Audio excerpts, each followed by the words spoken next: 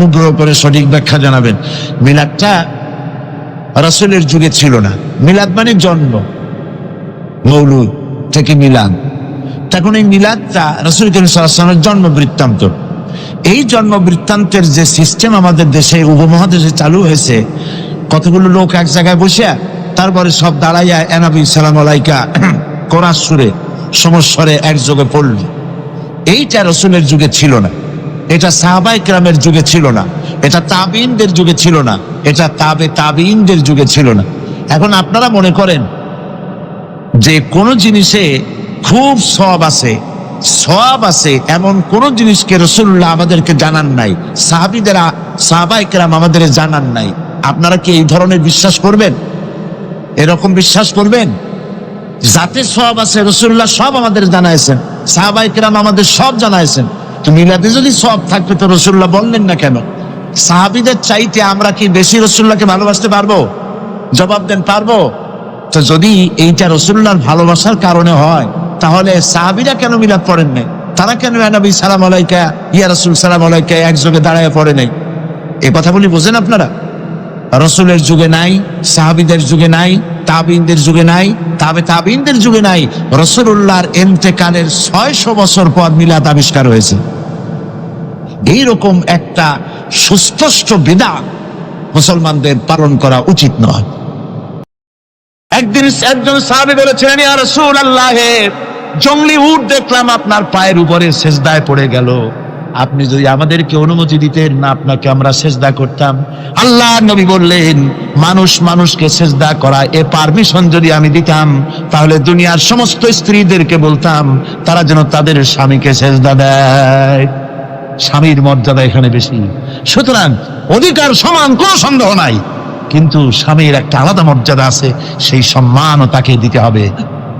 এরপরে এই সমান অধিকারের ভিত্তিতে স্বামী স্ত্রী চলতে থাকে, মাঝখানে আল্লাহ পাক তাদেরকে সন্তান দান করেন।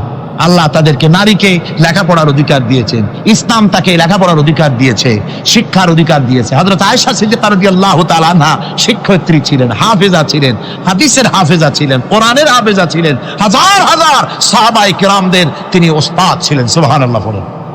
নারীদের ব্যাপারে অধিকাংশ মাসালা হযরত আয়েশা সিদ্দিকা রাদিয়াল্লাহু তাআলা আনহার অবদান। সুবহানাল্লাহ। নারী যুদ্ধ করেছে, যুদ্ধের ময়দানে নারীর অধিকার আছে। নারী চাকরি করতে পারবে, নারী ব্যবসা করতে পারবে, নারী লেখাপড়া করতে পারবে, নারী সেনাবাহিনীতে যেতে পারবে, নারী সব করতে পারবে, কিন্তু পর্দার মাধ্যমে। একটা লোক গিয়ে কাঁদতেছিল মুসলমান হওয়ার পরও। হুজুর কয়, কান্দো কেন? কই যে আমার গুনাহ কি মাফ হয়েছে? হুজুর বলেন, হ্যাঁ মাফ হয়ে গেছে, কলেমা পড়ছো, মাফ হয়ে গেছে।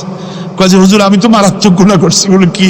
বলে আমার একটা মেয়ে, সেই মেয়েটাকে নিয়ে আমি, ঘটনা লম্বা, আমি সংক্ষেপে বলতেছি, মেয়েটাকে ফাঁকি দিয়া তারে আমি মারবো, বুঝতে দেই নাই আমার বউরে। বললাম চলো বেড়াইতে যাই, মেয়েটা আমার সাথে সাজাই দিয়েছে, তার মা বেড়াতে নিয়ে যাবো এই কথা মনে করে। মেয়েটা কদ্দূর যায়, আবার আব্বা আব্বা বলে আমার দিকে ফিরে আসে, আবার পিছনে থাকে, আবার আব্বা আব্বা বলে জড়ায় ধরে। এইভাবে করতে করতে যখন নির্জন এলাকায় গেলাম, আমি পাহাড়ের পাশে গর্ত খোঁড়া আরম্ভ করলাম। গর্ত খুঁজি আর মাটি ছিটে এসে আমার দাড়িতে লাগে। বাচ্চা মেয়েটা আমার কাছে এসে দাড়ি দিয়ে ধুল ঝাড়ায় দেয়, কয় আব্বা তোমার দাড়িতে ধুল লাগতেছে, তুমি এই কষ্ট করতেছো কেন? মেয়ে তো বোঝে না যে আমি তার জন্য কবর খুঁজতেছি। কবরটা খোঁড়া হয়ে যাওয়ার পর মেয়েটারে বান্ধা শুরু করলাম। মেয়ে এখন কাঁদতেছে, বাবা আমার বান্ধো কেন? আমি তারে বাঁধা জোরে ওর মধ্যে নিক্ষেপ করে দিলাম। মেয়েটা গর্তের মধ্যে বসে চিৎকার করে বলছে, আব্বা তুমি আমারে বাঁচতে দাও, আমি তোমারে বাপ বলে সমাজে হ্যাঁ করবো না, আমি ভিক্ষা করে খাবো, আমারে পাইলো না। লোকটি বলছি, ইয়া রাসূলুল্লাহ, আমার মনে দরদ আসলো না। আমি একটা পাথর উঁচু করে আমার মেয়ের বুক লক্ষ্য করে জোরে মেরে দিলাম। বুকটা ফেটে রক্ত ফিনকি দিয়ে উঠলো, আর মেয়ের বুক থেকে আওয়াজ বেরোলো, আব্বা। আমার কানে যেন এখনো সেই আওয়াজ বাজে। হাদিস শরীফে এসেছে, হুজুরের চোখের পানি দাড়ি ভিজে ভিজে জামার উপরে পড়তেছিল। হুজুর বললেন, আহারে, মানুষও পারে এইরকম কাম করতে।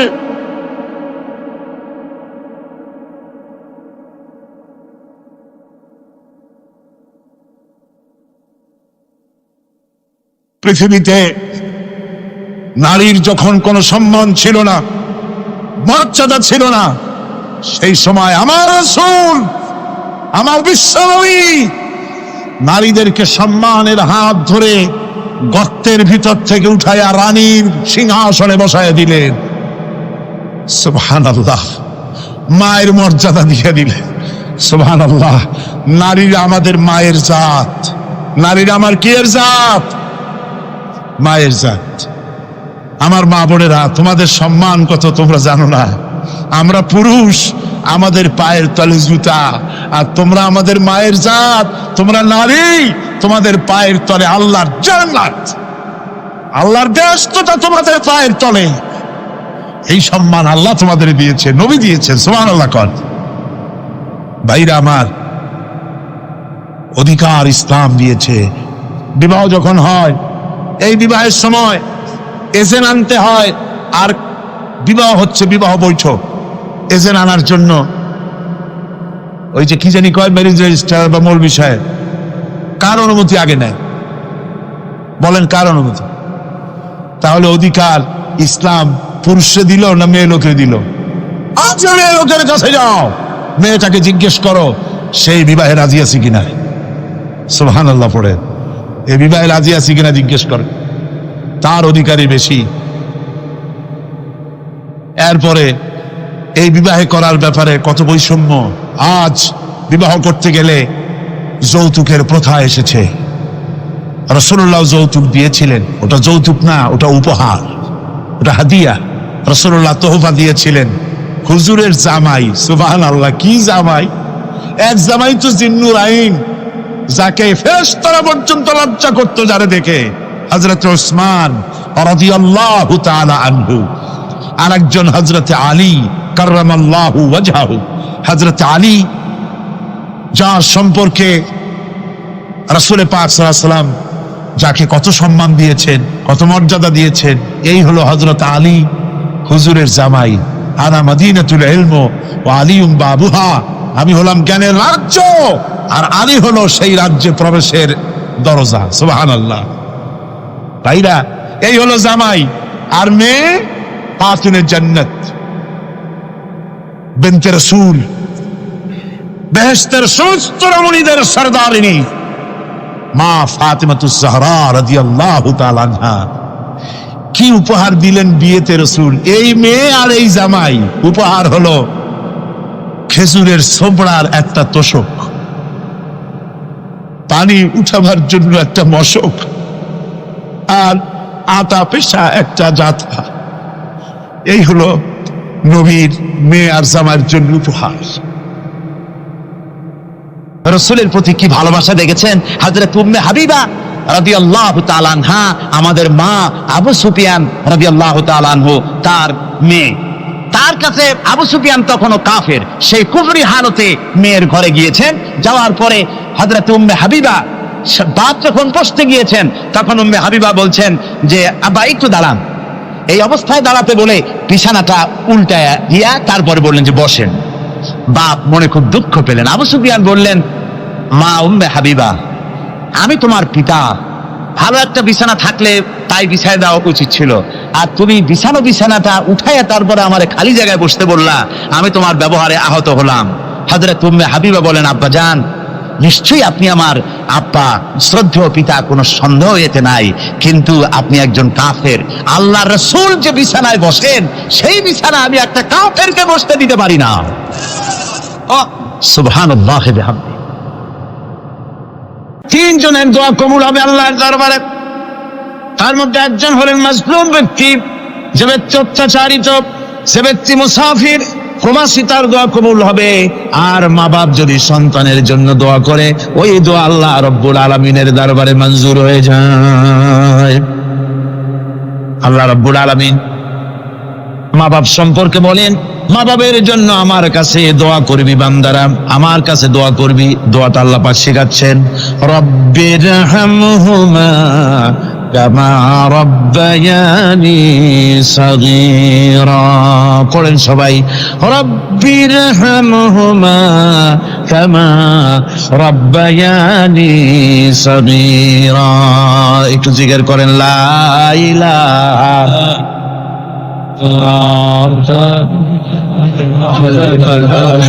লা ইলাহা ইল্লাল্লাহ, লা ইলাহা ইল্লাল্লাহ, লা ইলাহা ইল্লাল্লাহ, লা ইলাহা ইল্লাল্লাহ মুহাম্মাদুর রাসূলুল্লাহ। আমার ভাইরা, আল্লাহ পাক শিখাচ্ছেন, বান্দা তোর মা বাপের জন্য আমার কাছে দোয়া কর। আল্লাহ রব, আয় আমার প্রভু, আমার মা বাপ যেমন ছোটবেলায় আমাকে স্নেহের কোলে লালন পালন করেছে, আয় আমার আল্লাহ তুমি আমার মা বাপকে তোমার রহমতের কোলে লালন পালন করো। আল্লাহ শিখাই দিয়েছেন। আমার ভাইরা, প্রত্যেক নামাজের পরে এই দোয়াটা ভুলে যাবেন না, ভুলে যাবেন, ভুলে যাবেন। আমার ভাইরা, আমার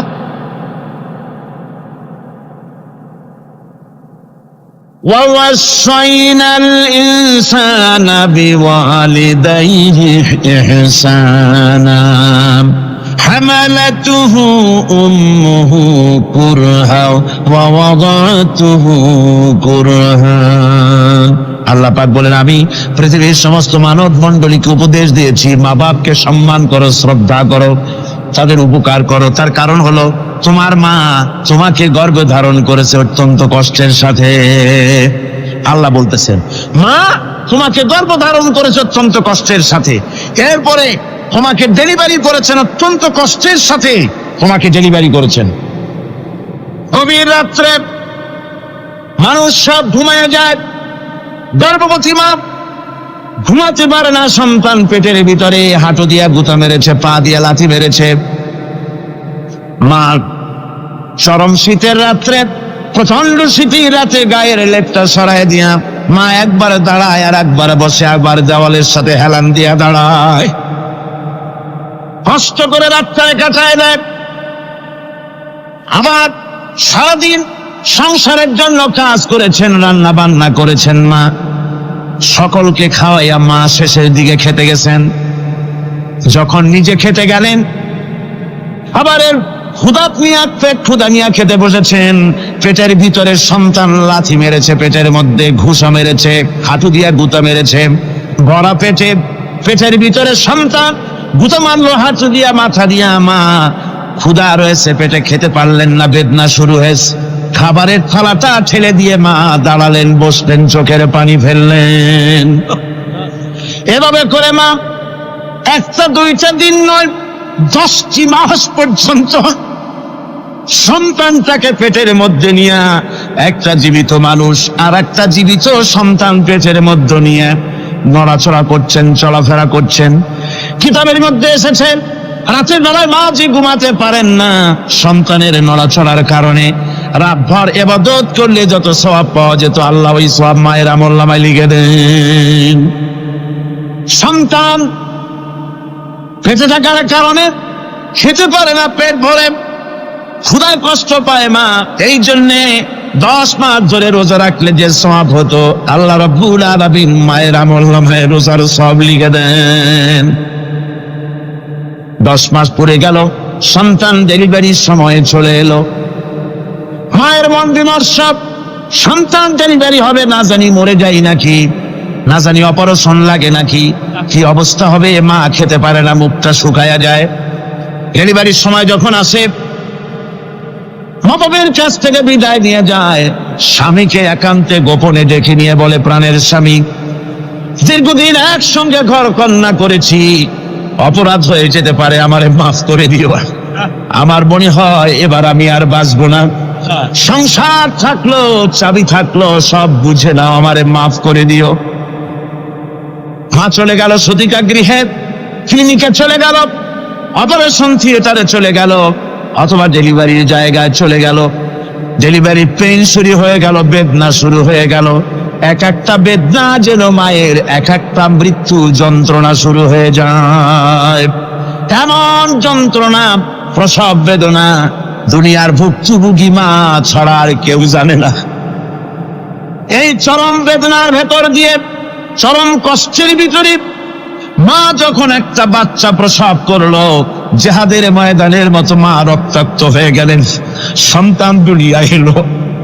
মা তখন অস্থির থাকেন, এত বড় বিরাট কষ্টের ভিতরে। আল্লাহ রাব্বুল আলামিন বলেন, সন্তান যখন ডেলিভারি হয়ে গেল, মায়ের মনের ভিতরে আমি তখন এই ফিলিংস, এই টেন্ডেন্সি জাগ্রত করে দিই, দেখ কি হয়েছে। মা তখন দেখতে চায় কি হয়েছে। মায়ের সামনে যখন এত কষ্টে হৃদয় বিংড়ানো, কলিজার 32টি নাড়ি ছেঁড়া যন্ত্রণার সন্তান যখন মায়ের চোখের সামনে আসে, আল্লাহ পাক বলেন, মা যখন তার ছেলের মুখের দিকে তাকায়, মেয়ের মুখের দিকে তাকায়, আল্লাহ বলেন 10 মাসের পেটে ধরা কষ্ট আর ডেলিভারির সব কষ্ট মায়ের মন থেকে মুছে ফেলে দেই। আল্লাহ রাব্বুল আলামিন বলেন, খবরদার দুনিয়ার মানুষ, এমন মায়ের সাথে নাফরমানি করবি না, এ মায়ের সাথে নাফরমানি করবি না।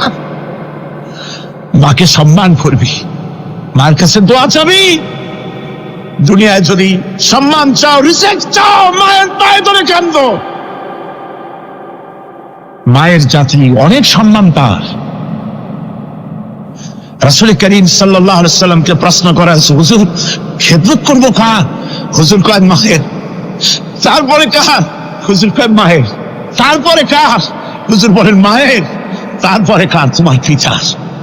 3 গুণ, তোর ভাইয়ের মর্যাদা 3 গুণ বেশি, তোর বাবার চাইতে মর্যাদা বেশি। সুবহানাল্লাহ পড়ে। আর আজকে ইসলামের শত্রুরা তারা বলে যে ইসলাম নারীর অধিকার আদায় করে নাই। নারীর অধিকার ইসলাম দেয় নাই তো কে দিয়েছে? আমার বন্ধুগণ, বিশ্বনবী জনাবে মুহাম্মদ রাসূলুল্লাহ সাল্লাল্লাহু আলাইহি ওয়াসাল্লাম মসজিদে নববীর ভিতরে বসে আছেন। এক বৃদ্ধা মহিলা মসজিদের মধ্যে প্রবেশ করলেন। হুজুর বৃদ্ধাকে দেখে দাঁড়ায় গেলেন, বিশ্বনবী বুড়ি মেয়ে লোককে দেখে দাঁড়ায় গেলেন। আল্লাহ নবী বুড়িকে দেখে দাঁড়ালেন। বুড়ি যখন কাছে এলেন, আল্লাহর নবী নিজের গায়ের চাদর বুড়ির জন্য বিছায়া দিলেন। বুড়ি বসলেন। এরপরে কথাবার্তা সারার পর বুড়ি যখন বিদায় হবেন, হুজুর আবার দাঁড়ালেন। বুড়ি মহিলা চলে গেলেন। সাহাবায়ে কেরাম বলেন, ইয়া রাসূলুল্লাহ, কিছুই বুঝলাম না, একজন বৃদ্ধা মহিলার জন্য বিশ্বনবী দাঁড়ান আর গায়ের চাদর বিছান, আমরা বড় আশ্চর্য হয়ে গেলাম। নবীজি বলেন, ও আমার সাহাবীরা, তোমরা জানো না, এই মহিলাকে চিনতে পারো নাই। আমি আমার মায়ের দুধ আমার জীবনে কিসমতে তেমন হয় নাই। আমি আমার মায়ের দুধ তেমন কিসমতে পাই নাই। যার বুকে দুধ খেয়ে, যার কোলে কাখে চড়ে আমি বড় হয়েছি, আমার সেই দুধ মা ইনি হযরতে হালিমাতুস সাদিয়া। আর সেই দুধ মা রাসূলুল্লাহ নিজে সম্মান দিয়েছেন মায়ের। খবরদার মাকে অসম্মান করবেন না, মাকে সম্মান করবেন, মাকে শ্রদ্ধা করবেন। আমার বন্ধুগণ, আলেম ওলামা পীর বুজুর্গদের জন্য হাদিয়া তো দেন, আপনারা কোনো নিষেধ নাই, দেন। হাদিয়া দেওয়া সুন্নত, নেওয়া সুন্নত, দিবেন, আমি কোনো নিষেধ করি না। কিন্তু আমি বলতে চাই, পীর বুজুর্গদের কাছে, আলেম ওলামাদের কাছে হাদিয়া দিয়া আল্লাহরে যত না খুশি করতে পারবেন, এই ডালিম বেদানার মৌসুমে বেদানা একটা ভেঙে নিজ হাতে যদি মায়ের মুখে তুলে দেন, আল্লাহর আরশ খুশি হয়ে যাবে, আল্লাহর আরশ আজিম খুশি হয়ে যাবে, আল্লাহ পাক খুশি হয়ে যাবে। মায়ের খাওয়াও, বাপ খাওয়াও, তোমার সবচেয়ে বড় প্রিয় জিনিস। সুবহানাল্লাহ বলে, সুবহানাল্লাহ। মা বাপ যদি একটু দোয়া করে দেয়, তোমার জিন্দেগির কাম শেষ। একটু বদদোয়া করলে জাহান্নামে যাবা। কোন পীর সাহেব বদদোয়া করলে জাহান্নামে যাবে এমন কথা নয়। কোন মওলানা বদদোয়া করলে দোজখে যাবে এমন কথা নয়। রাসূল বলেছেন, হুমা জান্নাতুকা ওয়া নারুকা। মা বাপ তোমার বেহেশত, মা বাপ তোমার জাহান্নাম। মা বাপ যদি অসন্তুষ্ট হয়, দোজখে যাবি, আর মা বাপ যদি খুশি, আল্লাহর জান্নাতে চলে যাবি। সুবহানাল্লাহ, সুবহানাল্লাহ, সুবহানাল্লাহ। মায়ের পায়ের তলে তোর বেহেশত। আমরা পুরুষ, আমাদের গত বছরও বলেছি, আমরা পুরুষ, আমাদের পায়ের তলে জুতা। আমাদের পায়ের তলে কি? শুধু জুতা। আর আমার মা আমার মায়ের জাতি যারা এই প্যান্ডেলে বসে আছেন, আমার মায়েরা বোনেরা, মায়ের জাতি যারা পৃথিবীতে, মায়ের জাতি পায়ের তলে আল্লাহর বেহেশত। সুবহান। নারীর মর্যাদা ইসলাম দেয় নাই, কে দিয়েছে? আল্লাহ দিয়েছেন, আল্লাহর রাসূল দিয়েছেন। আর আমার মা, আমার মায়ের জাতি যারা এই প্যান্ডেলে বসে আছেন, আমার মায়েরা বোনেরা, মায়ের জাতি যারা পৃথিবীতে, মায়ের জাতি পায়ের তলে আল্লাহর বেহেশত। সুবহান। নারীর মর্যাদা ইসলাম দেয় নাই, কে দিয়েছে? আল্লাহ দিয়েছেন, আল্লাহর রাসূল দিয়েছেন। আমার বন্ধুগণ, হযরত বায়জিদ বুস্তামি, ছোট্ট বাচ্চা ছেলে, গভীর রাত্রে মা অসুস্থ, পানির পিপাসায় জেগে উঠেছেন। বাবারে পিপাসায় শেষ হয়ে গেলাম, পানি দাও। ছেলে ঘরের ভিতরে পানি না পেয়ে বাইরে দৌড়াদৌড়ি করলেন। অনেক দূর থেকে পানি নিয়ে এসে দেখেন মা ঘুমায় গেছেন। পানি নিয়ে দাঁড়ানো পৌষ মাস, মাঘ মাসের শীতের রাত, ফজরের সময় মায়ের ঘুম ভেঙে গেল। তাকিয়ে দেখেন বাইজিদ দাঁড়ানো, হাতে পানি থরথর করে কাঁপছে। জিজ্ঞাসা করে, বাইজিদ তুমি দাঁড়ানো কেন? ছোট্ট বাচ্চা বলে, মা পানি চেয়েছিলে তুমি গভীর রাত্রে, পানি ঘরে ছিল না, অনেক দূর থেকে আনতে হয়েছে। মা বলছে, ঘুমাও নাই কেন গ্লাস ছুঁয়া? বাচ্চা বলে, ঘুমাই নাই, তুমি যদি আবার পানি চাও সময় মতো যদি দিতে না পারি মা তোমার কষ্ট হবে, এই জন্য ফজর পর্যন্ত আমি দাঁড়ায় আছি, কখন তুমি পানি চাও। মা হাতের থেকে পানি নিয়ে পান করলেন। বাইজিদকে বিছানার উপরে আরাম করে কম্বল দিয়ে ঘুম পড়াইয়া দিলেন। হযরত বাইজিদের মা উযু করে ফজরের নামাজ পড়ে সিজদায় চলে গেলেন। চিৎকার মেরে কেঁদে বলেন, আমার রব, আমার আল্লাহ, আমি আমার বাইজিদের মা, আমি মা হয়ে বাইজিদের জন্য দোয়া করি। বাইজিদ আমার জন্য আজকে যা করেছে, আমি মা, আমার কলিজা ঠান্ডা হয়ে গেছে। হায় আল্লাহ, আমি বাইজিদের জন্য দোয়া করি, তুমি তাকে সুলতানুল আরিফিন বানাইয়া দিও। মঞ্জুর হয়ে গেল আল্লাহ পাকের কাছে দোয়া। আমার ভাইরা, আল্লাহ পাক বলছেন, খবরদার আমার ইবাদতের পরে মা বাপ, আল্লাহর ইবাদতের পরে কারা? মা বাপ। মা বাপকে সম্মান করো, শ্রদ্ধা করো, মোহাব্বত করো, কিসমত খুলে যাবে, কিসমত খুলে যাবে। মা বাপকে সম্মান করো। হযরত আবু হুরায়রা রাদিয়াল্লাহু তাআলা আনহু রাসূলের সামনে এসে কাঁদতেছে। হুজুর বলছেন, আবু হুরায়রা কান্দো কেন? কান্দো কেন? রাতের বেলা কান্দো। হযরত আবু হুরায়রা বলছেন, হুজুর আমাকে মা মেরেছেন। হুজুর বলছেন, মা মারলো কেন? কোন অপরাধ করেছো? কোন গোস্তাখি করেছো? আবু হুরায়রা বলছেন, না হুজুর, কোন গোস্তাখি করি নাই, তবে মারলো কেন? হযরত আবু হুরায়রা বলছেন, হুজুর আমি আপনার দরবার থেকে ফিরতে রাত হয়ে গিয়েছিল। মা জিজ্ঞেস করলেন, আবু হুরায়রা এত রাত্রে কোথায় ছিল? বললাম, আমি ছিলাম যে অদম চুনতে পারলে দুনিয়া ধন্য হয়, সেই দরবারে নববীর কদম মোবারক থেকে আসতে আমার দেরি হয়েছে। আমার মা মুশরিকা, আপনার নাম শুনে তার গায়ে আগুন জ্বলে উঠলো, আমাকে ধরে মারা আরম্ভ করলো। বলল, হয় আমার বাড়ি ছাড়বি, আর না হয় মুহাম্মদ সাল্লাল্লাহু আলাইহি ওয়াসাল্লামের দরবার ছাড়বি। আমি বললাম, আমার মা, তুমি বুড়ি মানুষ, তোমার গায়ে যত শক্তি আছে সমস্ত শক্তি দিয়ে আমারে পিটাও, আমারে মারো। মারতে মারতে আমাকে বাড়ি থেকে তুমি বের করে দাও। তোমার বাড়ি শুদ্ধ, তামাম দুনিয়া ছেড়ে দিতে পারি, আল্লাহর নবীর কদম মোবারক ছেড়ে দিতে পারি না। হুজুর আমার মা আমাকে গলা ধাক্কা দিয়ে বের করে দিয়েছেন। হুজুর বলছেন, আবু হুরায়রা তোমার মা তোমাকে মেরেছে, তুমি আমার কাছে নালিশ করছো? আমার তো এখানে ইন্টারফেয়ার করার কিছুই নেই। সুবহানাল্লাহ, সুবহানাল্লাহ, মা তোমাকে মেরেছে, এখানে আমার করার কিচ্ছু নাই। বিশ্বনবী বলছেন, এত বড় পাওয়ারফুল নবী, লেজিসলেটিভ পাওয়ার, সারে আল্লাহ তাকে বানিয়েছেন শরীয়ত প্রণেতা। কোরআন শরীফ, কোরআন শরীফে শুধু হালাল ও হারামের, হালাল এবং হারামের, বৈধ এবং অবৈধের সীমারেখা শুধু কোরআনই ঠিক করেন, রাসূলের জন্য আল্লাহ ছেড়ে দিয়েছেন। আল্লাহ রাসূলও হারাম, হালাল এবং হারামের বৈধতা অবৈধতার সীমারেখা নির্ধারণ করেছেন। এত বড় ক্ষমতা তার, এত বড় পাওয়ারফুল বিশ্বনবী, তিনি বলছেন মা মেরেছে, আমার করার কিছু নাই। চিন্তা করেন কত বড় কথা, এ কথার লোড কত। হযরত আবু হুরায়রা বলেন, ইয়া রাসূলুল্লাহ, মা আমাকে মেরেছেন, আমি আল্লাহর নবীর কাছে মায়ের বিরুদ্ধে নালিশ করতে আসি নাই। বললেন, কেন এসেছো? হযরত আবু হুরায়রা বলেন, হুজুর এসেছি একটা কারণে।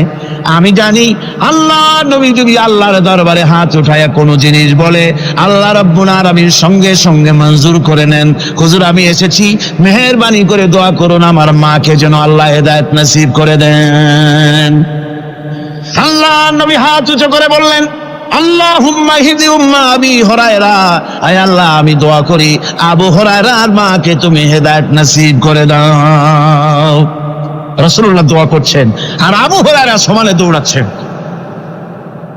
তিনি দৌড়াচ্ছেন, পিছন থেকে কয়েকজনে আবু হুরায়রার জামা টেনে ধরেছে, দৌড়। তাদের জানা আবু হুরায়রা খুব ভদ্রলোক মানুষ, কোন ঝড় ঝামেলার মধ্যে থাকে না, রাগসাগ করে না, চিৎকার মারে না, দৌড় মারে না, এত ভদ্র শরীর, দৌড়ে কি না জানি কোন বিপদ বুঝি ঘটে গেছে। পিছন থেকে জামা টেনে ধরে বলে, দৌড়াও কেন? হযরত আবু হুরায়রা জামা সাহাবীর হাত থেকে ছিনায় নিয়ে বলেন, জামা ছেড়ে দাও, আমাকে দৌড়াতে দাও। আমি দৌড়াইয়া বাড়িতে দেখতে চাই, আমি দৌড়াই আগে আমার বাড়ি পৌঁছাতে পারলাম না, আমি যাওয়ার আগে আমার আল্লাহর নবীর দোয়া আমার বাড়ি পৌঁছে গেছে, আমি এইটা দেখতে চাই। হযরত আবু হুরায়রা বাড়িতে গিয়ে দরজা নক করলেন, ভেতর থেকে আওয়াজ এলো, কে? হযরত আবু হুরায়রা বলেন, মা আমি তোমার আবু হুরায়রা ফিরে এসেছি। মা বলছেন, বাবা অপেক্ষা করো, দরজা খুলতেছি। হযরত আবু হুরায়রা বলেন, মায়ের গলার আওয়াজের ভিতরে শিরকিয়াতের কর্কশতা পেলাম না, মায়ের গলার আওয়াজের ভিতরে তাওহীদের গন্ধ পেলাম। আমার মনে হলো নবীজির নিক্ষিপ্ত তীর তার নিশানায় পৌঁছে গেছে। কিছুক্ষণ পর মা আমার বেরিয়ে এলেন, মাথা থেকে চুলের থেকে বুড়ি মানুষ, সাদা চুলের ভিতর থেকে পানি পড়তেছে। মা বলল, বাবারে তোমারে মারার পর আমি বড় অনুতপ্ত হয়েছি, অনুশোচনা করেছি, আমি গোসল করেছি, মনে মনে ভাবলাম আমার ছেলে তো কোনো খারাপ জায়গায় যায় নাই, কেন তারে মারলাম? আমি বড় লজ্জায় পড়েছি তোমারে মেরে। ও আমার আবু হুরায়রা, আমি গোসল করেছি, পবিত্র হয়ে গেছি, জলদি করে আমাকে নিয়ে চলো বিশ্ব নবী জনাবে মুহাম্মদুর রাসূলুল্লাহর দরবারে। হযরত আবু হুরায়রার মা ঘোষণা করলেন, আশহাদু আল্লা ইলাহা ইল্লাল্লাহু ওয়াহদাহু লা শারীকা লাহু ওয়া আশহাদু আন্না মুহাম্মাদান আবদুহু ওয়া রাসূলুহু। আমার ভাইরা, মা বাপ সবচেয়ে সম্মানের জিনিস। আল্লাহর ইবাদতের পরই মা বাপের খেদমত করতে হবে। আল্লাহ পাক বলছেন, বান্দারে দেখ, মায়ের পেট থেকে আনলাম, মায়ের বুকের মধ্যে মহব্বত পয়দা করলাম, এত মহব্বত দিলাম তোর উপরে, যে কোনো বিদেশে যান, যেখানে যান, বাড়িতে ফিরলে পরে সকলে ছেলে মেয়ে ভাই বোন সবাই দেখবে সুটকেসে আমার জন্য আনছে কি। সবাই চিন্তা করবে আমার জন্য কি এনেছে। একমাত্র মা সন্তানের মুখের দিকে তাকাবে কখন খাইছে সে। সুবহানাল্লাহ, সুবহানাল্লাহ, আমার বাসার মুখখানে শুকনা, তুই বুঝি আজকে কিছু খাইস নাই। বিদেশে যেসব সন্তান থাকে, মা টাটা কবুতরের মতো ছটফট করে। আমার ছোটবেলার কথা আমি দেখেছি, শশিরা মাদ্রাসায় পড়তাম, আব্বা টাকা দিতেন মাদ্রাসায় যাওয়ার সময়, আবার মা আবার মুরগির ডিম বিক্রি করা, বিভিন্ন জিনিস বিক্রি করা বা বাজার করা পয়সা, উদ্বৃত্ত কিছু পয়সা আব্বার অজান্তে আমার হাতের মুঠার মধ্যে দিয়ে দিতেন। যখন মাদ্রাসার দিকে রওনা হয়েছি, পর্দার আড়াল থেকে দরজা থেকে দেখতাম, যতক্ষণ তাকায় দেখতেছি চোখ থেকে পানি দম করে পড়তেছে। সুবহানাল্লাহ, মা কি জিনিস! আল্লাহ আল্লাহ আল্লাহ। বিদেশে যদি কারো সন্তান মারা যায়, সবাই জানার আগে কবি বলতেছেন, বিদেশে বিরাজ্যে যার পুত্র মারা যায়, পশু পক্ষী না জানিতে আগে জানে মা। মায়ের কই যান তারে টান লেগে যায়, মা বুঝতে পারে আমার সন্তানটা নাই। আহারে মা, আমার বন্ধুগণ, মা যার বেঁচে আছে বেয়াদবি করেছেন, পাও ধরে মাপ নিয়ে নেবেন, পাও ধরে মাপ নিয়ে নেবেন। মা তো পাও ধরে দেখবেন মাফ করে দিবে। সুবহানাল্লাহ, সুবহানাল্লাহ, কত দরদ তার বুকের মধ্যে। আর মা বাপকে সম্মান করবে। যাক, এই বিষয়ের উপরে আমি আর যেতে চাই না। সত্যি আপনাদের বললাম, এই বিশাল জনতাকে বললাম, সবচাইতে বড় পীর আপনার জন্য আপনার মা বাপ। সবচেয়ে বড় পীর কে? মা বাপ। সন্তুষ্ট করেন, রুজিতে অভাব ঘটবে না। কোন মাজারে গিয়ে সেজদা দেওয়া লাগবে না, আল্লাহর কসম, মাজারে যাই চাওয়া লাগবে না। মা বাপকে খেদমত করেন, মা বাপকে খুশি করেন, মা বাপকে খাওয়ান, হাদিয়া দেন, মা বাপ খুশি, রুজিতে বরকত হবে, ব্যবসায় বরকত হবে, ঋণগ্রস্ত থাকবেন না, সম্মান আল্লাহ বাড়ায় দিবেন। সুবহানাল্লাহ বিহামদি, রাসূলুল্লাহর হাদিস। এই জন্য আমি অনুরোধ করব, মা বাপকে সম্মান করবে। ওয়াসি বুঝতে পেরেছি মুহাম্মদ সাল্লাল্লাহু আলাইহি ওয়াসাল্লাম আল্লাহর রহমত, করুণার নবী, দয়ার নবী। তার কাছে যদি আমি যেতে পারি, তাহলে তিনি আমার সম্পর্কে যদি তার সামনে যেতে পারি, তাহলে তার কঠোর মনোভাব আমার প্রতি নরম হয়ে যাবে। এই মনে করে সাহাবায়ে কেরামদের চোখ এড়ায়া তিনি হুজুরের সামনে গিয়ে হাজির হয়ে গেলেন। হুজুর তাকে দেখি বললেন, তোমার নাম না ওয়াসি? তিনি বললেন, হ্যাঁ, আমার নাম ওয়াসি। হুজুর বললেন, তুমি আমার চাচাকে শহীদ করেছো? ওয়াসি বললেন, জাহালাতের কারণে তা করেছি। হুজুর বললেন, কেমনে শহীদ করেছো আমার চাচাকে, আমার একটু শোনাও। ওয়াসি বলতে লাগলেন, আমি বল্লম দিয়ে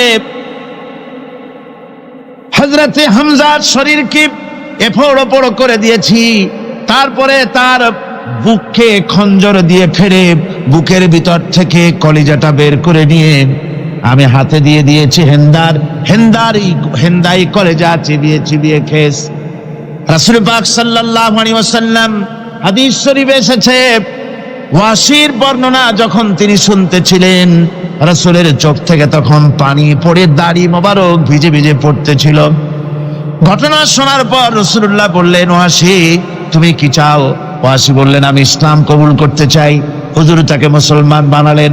বললেন, তুমি মুসলমান হলে কিন্তু সব সময় তুমি আমার সামনে আসবে না, তার কারণ তোমাকে দেখলে পরে আমার মনের ভিতরে আমার চাচার কথা মনে উঠে যাবে।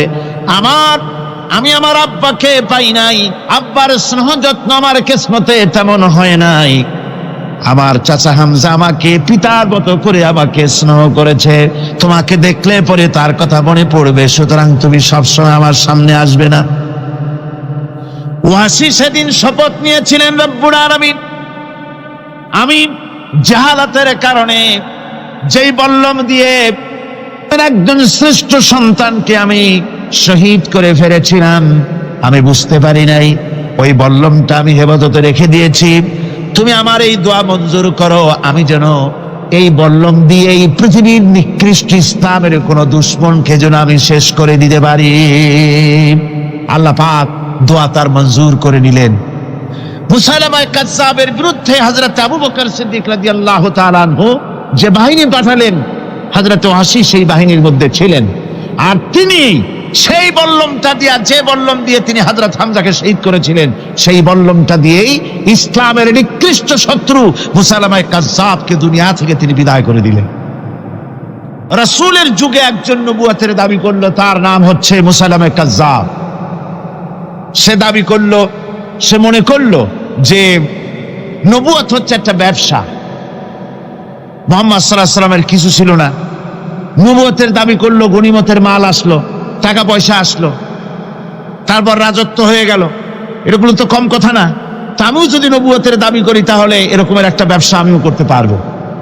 এই চিন্তা ভাবনা করে নবুয়তের দাবি করে বসলো। নবুয়তের দাবি করে সে প্রচার করে বেড়াতে লাগলো, আমি নবী। তারপর তার উম্মতেরা বলল যে, আচ্ছা আপনি তো নবী বুঝলাম, তা মুহাম্মদ সাল্লাল্লাহু আলাইহি ওয়াসাল্লামের উপরে ওহী নাজিল হয়, আপনি তো কোনো নতুন ওহী আমাদের দিতে পারলেন না, কোনো সূরাও এ পর্যন্ত আসলো না। মুসাইলামা কাযযাব বলল, দেখো কেবল না নবী হলাম, একটু সময় দাও ওহী আসা। কিছুদিন পর বলল যে সূরা একটা এসে গেছে। বলে কি? সে সূরা কাউসারের একটা প্যারোডি তৈরি করলো। বলল, আমার উপরে একটা নতুন সূরা আসছে, সূরাটি হচ্ছে ইন্না আতাইনাকাল আকাক। ফাসাল্লি লিরাব্বিকা ওয়াজাক ইন্না শানিয়াকা হুয়াল আবলাক। এর অর্থ হচ্ছে আমি তোমাকে আকাক পক্ষী দান করেছি। আর আকাক পক্ষী বলা হয় হুতুম পেঁচাকে। ও যে কায়দার নবী, পাখিটাও পাইছে সেই কায়দারই। তারপরে ফাসাল্লি লিরাব্বিকা ওয়াজাক, সুতরাং তোমার প্রভুর উদ্দেশ্যে নামাজ পড়ো আর জোরে সোরে চিৎকার করো। মনে রেখো, তোমার দুশ্মন হবে শ্বেত এবং কৃষ্ণ বর্ণে। এর না আছে কোনো গোড়া, না আছে এর মাথা, না আছে এর কোনো অর্থ, না আছে কিছু। এই জাতীয় সূরা দেখিয়া উম্মতেরা বলল, কি যে আশ্চর্য কথা, মুহাম্মদ সাল্লাল্লাহু আলাইহি ওয়াসাল্লামের উপরে যে সূরা নাজিল হয়েছে তা পড়তে কত সুন্দর, কত ভাব গম্ভীর। আর এ কি একটা সূরা নাজিল হলো, তারা নিজেরা বলা তোয়া করলো। আর একবার ধরলো মুসাইলামাকে, তারা বলল মুহাম্মদ সাল্লাল্লাহু আলাইহি ওয়াসাল্লাম তাকে তার উম্মতেরা তাদের বাগানে নিয়ে যায়। নিলে পরে যে বাগান থেকে তিনি যান, গাছে খরমা না থাকলে খরমা হয়ে যায়। কোনো পানি শূন্য কুয়ার কাছ থেকে গেলে তার বরকতে কুয়ায় পানি চলে আসে। তো আপনি এরকমের কিছু আমাদের দেখান। বললো আমাকেও তোমরা এভাবে নিয়ে যাও। তখন তাকে নিয়ে যাওয়া হলো। দেখলো উম্মতেরা যে এমনই পোড়া কপালে এক নবী তাদের ভাগে পড়ছে, যে বাগান দিয়ে যায়, গাছে খরমা থাকলে খরমা পড়িয়ে যায়, নষ্ট হয়ে যায়। আর কোনো পানিওয়ালা কুয়ার কাছ থেকে হাঁটলে সে কুয়া থেকে পানিও শেষ হয়ে যায়। এরপরে তার সাহস বাড়লো। মুসাইলামা কাজ্জাব রাসূল পাক সাল্লাল্লাহু আলাইহি ওয়াসাল্লামের কাছে এক চিঠি লিখলো। সে চিঠির ভাষা ছিল, মিন মুসাইলামাত রাসূলিল্লাহ ইলা মুহাম্মাদুর রাসূলুল্লাহ সালামুন আলাইকুম আম্মা বাদ ফাইন্নী আশরাকতু ফিল আমর ওয়া ইন্না লানা নিসফাল আরদ ওয়া লিকুরাইশিন নিসফাল আরদ ওয়ালাকিন্না কুরাইশান কওমান ইয়াতাদুন। সে চিঠি লিখলো যে মুসাইলামা আল্লাহ রসুলের পক্ষ থেকে নাউজুবিল্লাহ মুহাম্মদ সাল্লাল্লাহু আলাইহি সাল্লামের কাছে এই চিঠি পাঠানো হচ্ছে। ফাইন্নী কাদ আশরাকতু ফিল আমরি মাক, আমি হচ্ছি আপনার নবুয়তের একজন অংশীদার। এই হিসাবে পৃথিবীর অর্ধেক হচ্ছে আমার আর অর্ধেক হচ্ছে কোরাইশদের। কিন্তু কোরাইশরা বিষয়টা বুঝতে না পেরে আমার সাথে বাড়াবাড়ি করতেছে। হুজুর সাল্লাল্লাহু আলাইহি ওয়াসাল্লাম এই চিঠির জবাব দিলেন। হুজুর লিখলেন, বিসমিল্লাহির রহমানির রহিম মিন মুহাম্মাদুর রাসূলুল্লাহ সাল্লাল্লাহু আলাইহি ওয়াসাল্লাম ইলা মুসাইলামাতিল কাজ্জাব আসসালামু আলা মান ইত্তাবাআল হুদা আম্মা বাদ ফাইন্নাল আরদা লিল্লাহি ইউরিসুহা মিন ইবাদিহি ওয়াল আকিবাতু লিল মুত্তাকিন। রাসূল পাক সাল্লাল্লাহু আলাইহি ওয়াসাল্লাম লিখলেন, এই চিঠি যাচ্ছে মুহাম্মদ সাল্লাল্লাহু আলাইহি ওয়াসাল্লামের কাছ থেকে মুসাইলামা কাজ্জাবের কাছে। শুনে রাখো, শান্তি বর্ষিত হোক তার প্রতি যিনি হেদায়েত প্রাপ্ত। এই পৃথিবীর উত্তরাধিকারী হচ্ছে কেবলমাত্র আল্লাহ পাকের সেই সব বান্দারা যারা নাকি আল্লাহর গোলাম, আল্লাহর একান্ত আল্লাহর আইন এবং কানুনকে মেনে যারা চলে। আর পরকাল হচ্ছে সেই সমস্ত লোকেদের জন্যই। মুসাইলামা কাজ্জাবের মুয়াজ্জিন যারা, তারাও জানতো, তারাও জানতো যে লোকটা মিথ্যেবাদী।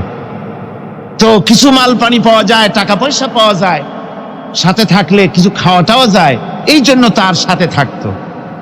রাসূলুল্লাহর মুয়াজ্জিন আযান দিতেন, আশহাদু আন্না মুহাম্মাদার রাসূলুল্লাহ,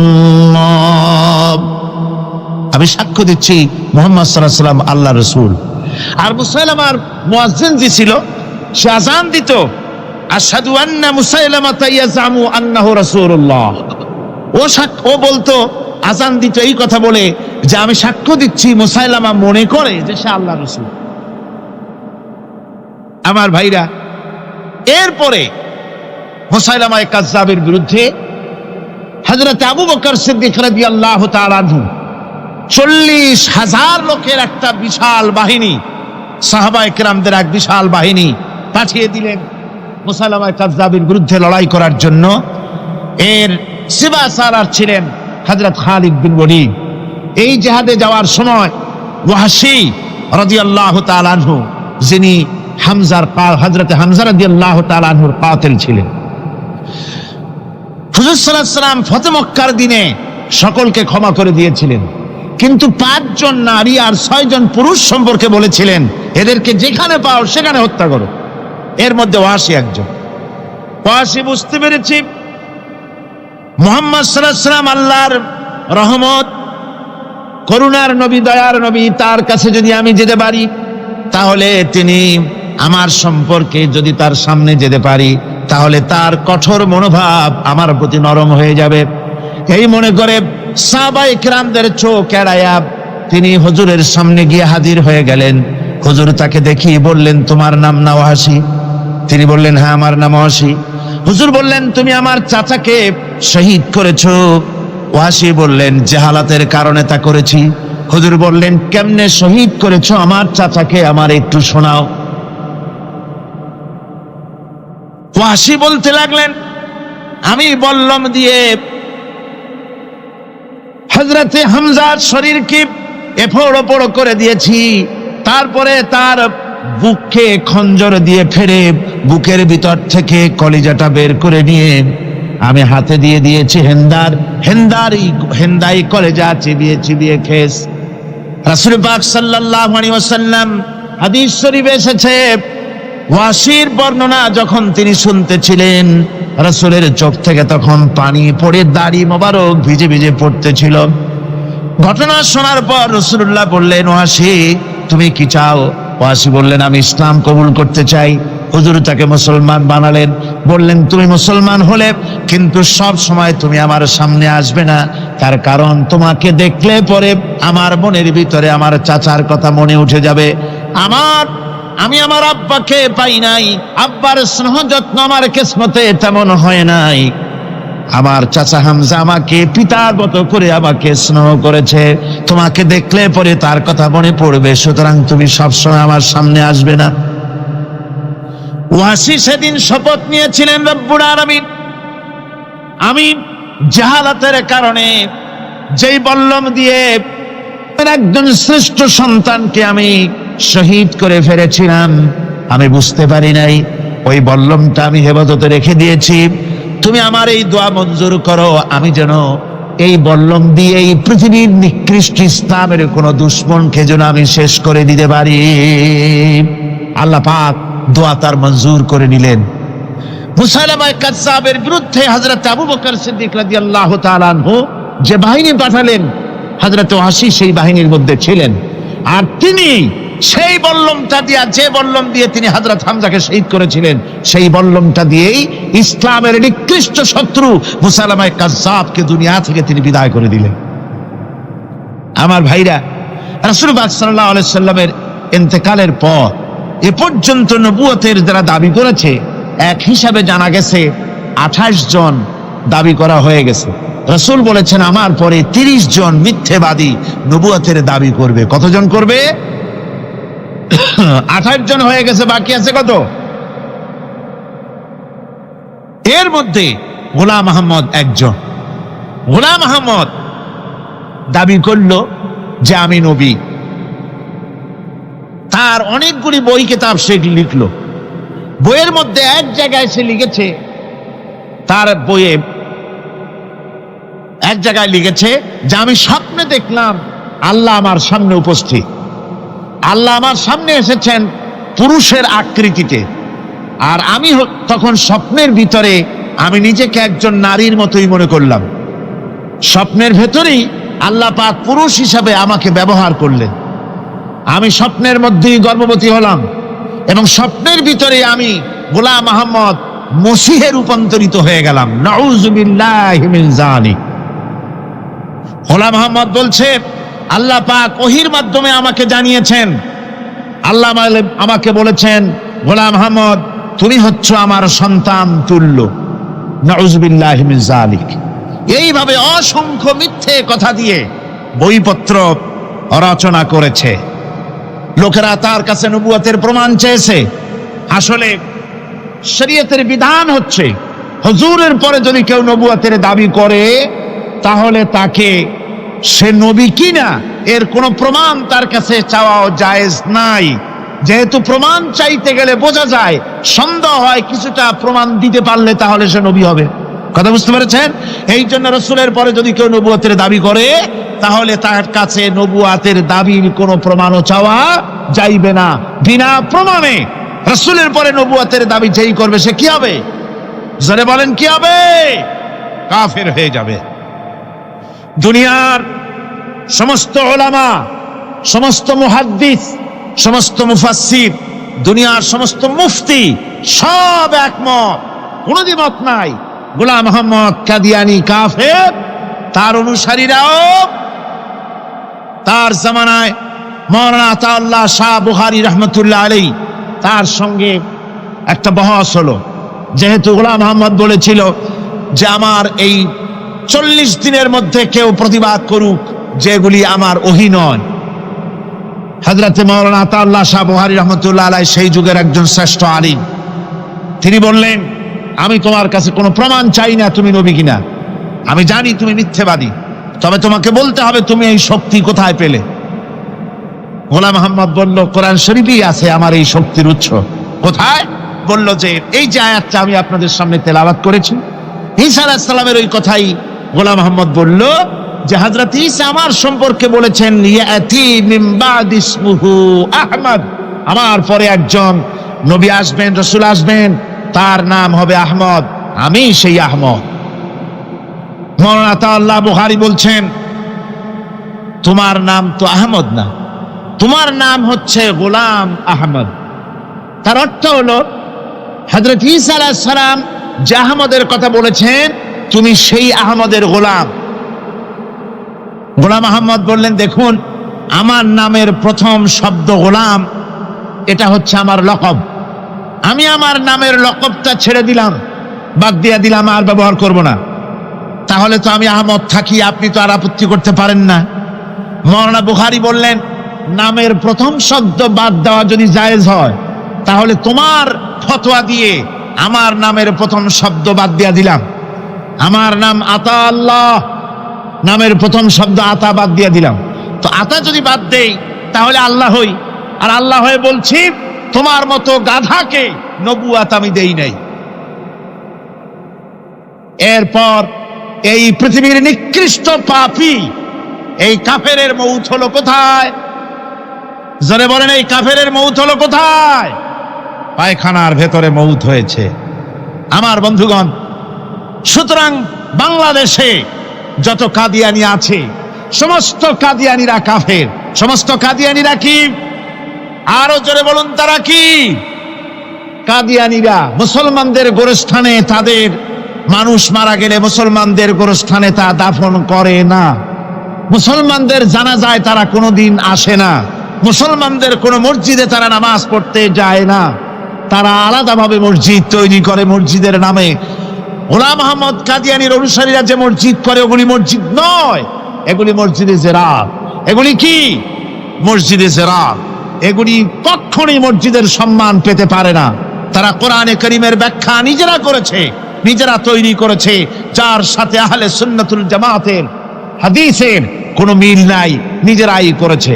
সুতরাং এই কাদিয়ানীদেরকে সৌদি আরবিয়া সহ মধ্যপ্রাচ্যের 18টি দেশ এবং পাকিস্তান সরকারও নন মুসলিম মাইনরিটি হিসাবে ঘোষণা করেছে। বাংলাদেশ সরকারের কাছে কাদিয়ানীদেরকে অমুসলিম ঘোষণার জন্য দাবি জানানো হচ্ছে দীর্ঘদিন থেকে, কিন্তু যে সরকারি আসে কর্ণপাত করে না, কাদিয়ানীদের সাথে তাল মিলিয়ে চলতে চেষ্টা করে।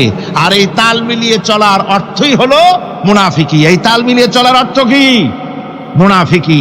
বাংলাদেশের সব আলেম, সব উলামা ঐক্যবদ্ধভাবে দাবি করেছে কাদিয়ানীদেরকে অমুসলিম ঘোষণা করার জন্য, কিন্তু আজ পর্যন্ত তা করা হয়নি। আজকের মাহফিল থেকেও এই বিশাল জনসমুদ্র, আমরা কোরআনে কারীমের তাফসীরের মাহফিল থেকে দাবি জানাই সরকারের কাছে কাদিয়ানীদেরকে অমুসলিম সংখ্যালঘু হিসাবে ঘোষণা করা হোক।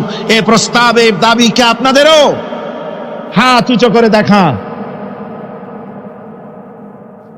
ربنا ظلمنا أنفسنا وإن لم تغفر لنا وترحمنا لنكونن من الخاسرين ربنا لا تزغ قلوبنا بعد إذ هديتنا وهب لنا من لدنك رحمة إنك أنت الوهاب। আয় আল্লাহ তাআলা, হাজার হাজার মুসলমান নরনারী ঠান্ডাকে উপেক্ষা করে তোমার দ্বীনের কথা শোনার জন্য, কোরআনে কারীমের কথা শোনার জন্য এই মাঠে এসে হাজির হয়েছে। আল্লাহ তুমি দয়া করে মেহেরবানি করে আলোচনার সওয়াবটুকুন হুজুরে পুরনূর সাল্লাল্লাহু আলাইহি সাল্লামের রূহ মুবারকে পৌঁছে দাও।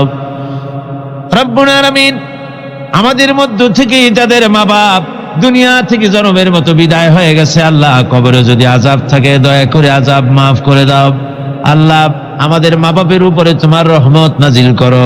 রব্বিরহামহুমা কামা রব্বায়ানি সগীরা, রব্বিরহামহুমা কামা রব্বায়ানি সগীরা।